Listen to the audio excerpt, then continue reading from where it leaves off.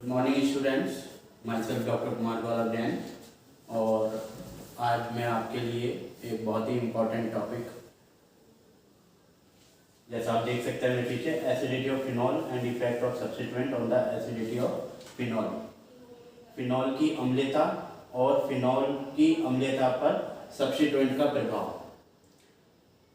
और इस टॉपिक में बहुत सारी चीज़ें आने वाली हैं और ये बहुत ही इम्पॉर्टेंट है। इसमें फिनॉल की रेजोनेंस के बारे में, फिनॉक्साइड के रेजोनेंस के बारे में तथा फिनॉल और अल्कोहल की अम्लता के कंपैरिजन के बारे में और ऐसे बहुत सारे क्वेश्चंस आपके सामने आएंगे जिन्हें आप बहुत सरलता से, बहुत आसानी से समझा सकते हैं, उनको सॉल्व कर सकते हैं। तो चलिए हम स्टार्ट करते हैं। फिनॉल की अम्लता को समझने के लिए हमें कुछ चीज़ों की जानकारी होना बहुत ज़रूरी है। ये मैंने आपके सामने लिख भी रखे हैं, आप एक एक करके इनको पढ़ते हैं। देखिए, acids are those which forms acid anions because phenol forms acid anion, therefore it is acidic. देखिए, सबसे पहली बात, फिनॉल अम्लीय है। क्यों है अम्लीय? क्योंकि ये एसिड एनायन बनाता है। क्योंकि फिनॉल एसिड एनायन बनाता है, या हम कहें कि एसिड्स वो सभी होते हैं जो एसिड एनायन बनाते हैं। हम उन सभी कंपाउंड्स को अम्ल बोल सकते हैं, एसिड बोल सकते हैं, जो एसिड एनायन बनाते हैं। क्योंकि हम फिनॉल की अम्लता को एक्सप्लेन कर रहे हैं, तो फिनॉल भी क्या करता है? एसिड एनायन बनाता है। नंबर एक बात, एसिड एनायन का जिक्र मैं नीचे दिखाऊंगा। दूसरा, acidic strength depends on the stability of acid anion formation. ये बहुत इंपॉर्टेंट पॉइंट है।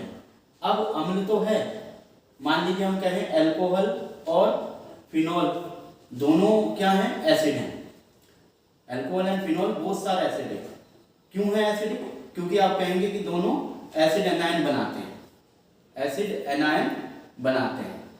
अब आपको अगर ये पता करना है कि कौन कितना एसिडिक है, मान लीजिए फिनॉल ज्यादा अम्लीय है कि अल्कोहल, इसका पता हम कैसे करते हैं? तो ये लाइन मैंने यहाँ पर बताई है, एसिडिक स्ट्रेंथ। देखिए, स्ट्रेंथ का मतलब क्या है कि कौन कितना ज्यादा अम्लीय है। अम्ल की शक्ति, स्ट्रेंथ, अल्कोहल में और फिनॉल में कैसे पता करेंगे? हमें ये अगर ये पता लग जाए कि जो एसिड एनायन बन रहा है वो किसका स्टेबल है या कितना स्टेबल है। जो एसिड एनायन जितना ज्यादा स्टेबल होगा उतना ही वो ज्यादा अम्लीय होगा। Those acid anion which are stable that will more acidic। तो ये निर्भर करता है, अम्लीयता की जो स्ट्रेंथ होती है वो इस बात पर निर्भर करती है कि एसिड एनायन कितना स्टेबल है। जितना ज्यादा स्टेबल एसिड एनायन होगा उतना ही वो ज्यादा अम्लीय होगा।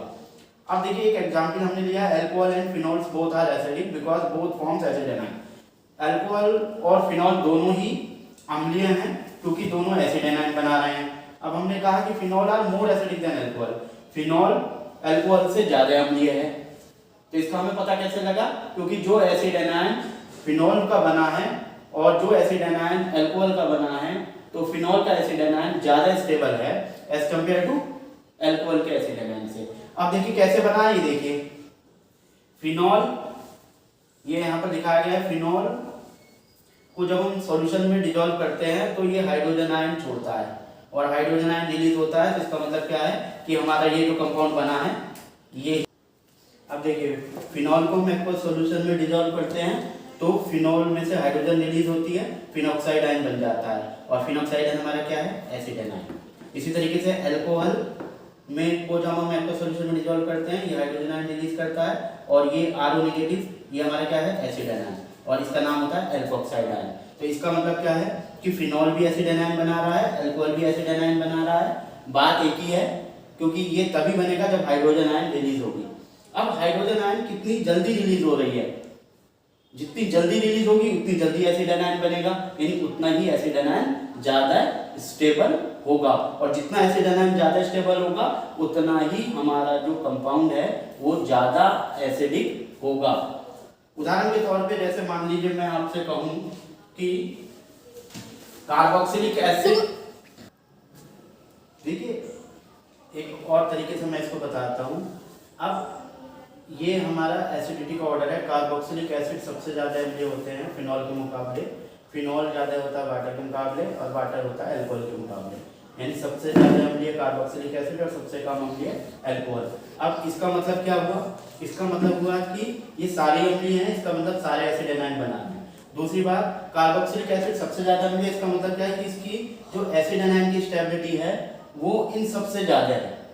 उसके बाद दूसरे नंबर पे फिनॉल आता है, तो कार्बोक्सिलिक एसिड के मुकाबले फिनॉल की एसिडिटी थोड़ा कम होगी, बट फिनॉल की स्टेबिलिटी अल्कोहल के मुकाबले ज़्यादा होगी। इसका मतलब क्या है कि अल्कोहल सबसे कम अम्लीय है, तो एसिड एनायन तो इसमें भी बन रहा है, लेकिन ये सबसे कम स्टेबल एसिड एनायन अल्कोहल का होगा अगर आप फिनॉल से कंपेयर करेंगे। तो स्टेबिलिटी ऑफ एसिड एनायन जितनी ज्यादा होगी उतना ही मॉलिक्यूल ज्यादा अम्लीय होगा। तो इन सब का कंपैरिजन अगर हम करें तो कार्बोक्सिलिक एसिड में जो एसिड एनायन बनेगा उसकी स्टेबिलिटी सबसे ज्यादा होगी, उसके बाद फिनॉल की एसिड एनायन की स्टेबिलिटी होगी, उसके बाद वाटर की, और उसके बाद अल्कोहल। यानी इनके मुकाबले में अल्कोहल का जो एसिड एनायन होगा वो सबसे कम स्टेबल होगा। अब इसी के आधार बनाकर हम डिफरेंस करते हैं कि भाई अल्कोहल कम अम्लीय क्यों है, फिनॉल ज्यादा अम्लीय क्यों है, या फिनॉल अल्कोहल के मुकाबले ज्यादा अम्लीय क्यों है। देखिए phenol and alcohol both are acidic, क्योंकि both forms acid anion. Phenol phenoxide ion बनाता है, अल्कोहल अल्कोक्साइड आयन बनाता है। नंबर 1 बात। नंबर 2 बात कि phenol is more acidic than alcohol because phenoxide ion is more stable then alkoxide ion. अब तीसरी बात कि फिनॉक्साइड आयन की स्टेबिलिटी का कारण resonance. This is the very important point. आप जरूर इस बात को मेरे नोट करिए कि फिनॉक्साइड आयन ज्यादा स्टेबल है क्योंकि फिनॉक्साइड आयन में रेजोनेंस होता है। Phenoxide ion shows the resonance, और अल्कोहल का जो अल्कोक्साइड आयन आता है उसमें रेजोनेंस नहीं होता। So the very important point of difference between alcohol and phenol is that resonance in phenoxide ion while no resonance in alkoxide ion। अब देखिए कैसे।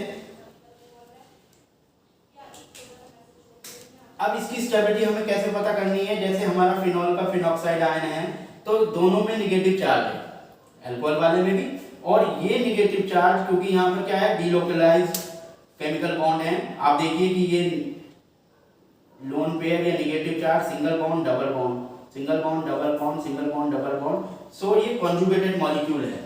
तो कॉन्जुगेटेड मॉलिक्यूल होने के कारण या इसमें डीलोकलाइज्ड केमिकल बॉन्ड होने के कारण ये जो निगेटिव चार्ज है ये डीलोकलाइज हो जाता है। किधर? बेंजीन रिंग की तरफ।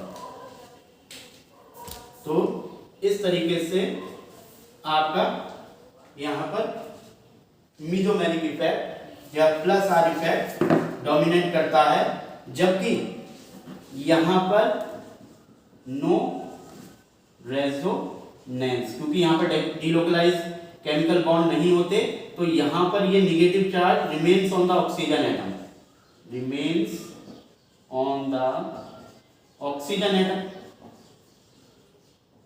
और आपको पता ही है निगेटिव चार्ज या लोन पेयर हाइड्रोजन को पकड़ने का काम करते हैं, तो ये हाइड्रोजन को बांधने का काम करेंगे।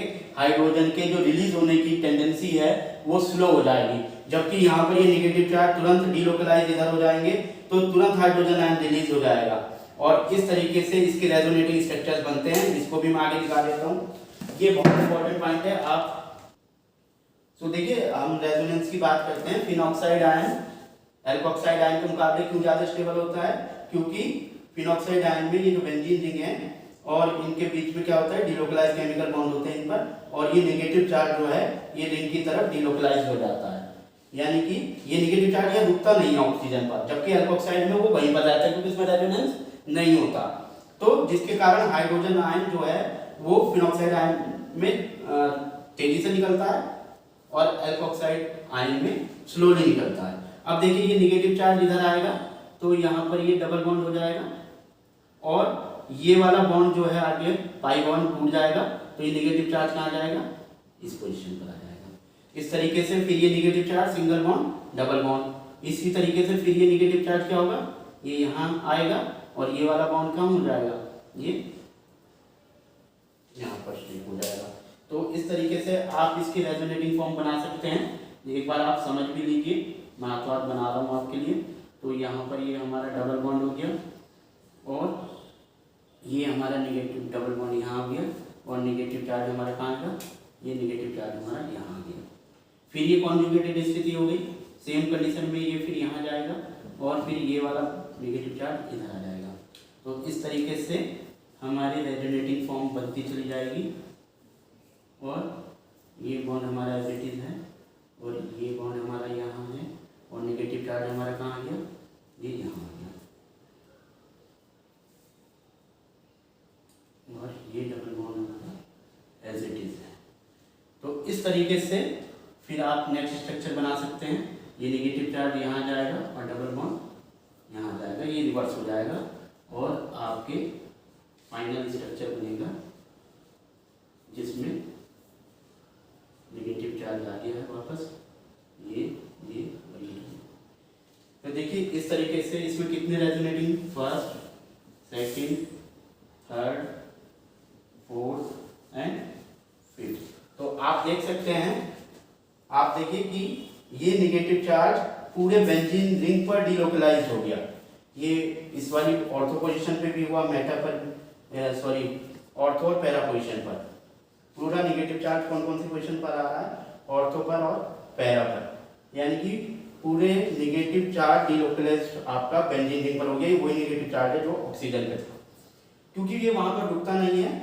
और ये बिल्कुल उसी तरीके से है कि मान लीजिए अगर क्लास में बच्चे पढ़ रहे हैं और वो हाइड्रोजन अगर आप उनको माने और क्लास में जो टीचर है वो नेगेटिव चार्ज है, तो टीचर क्लास में बच्चों को बांधने का काम करता है। अगर टीचर क्लास में नहीं होगा तो बच्चे तुरंत बाहर आ जाएंगे।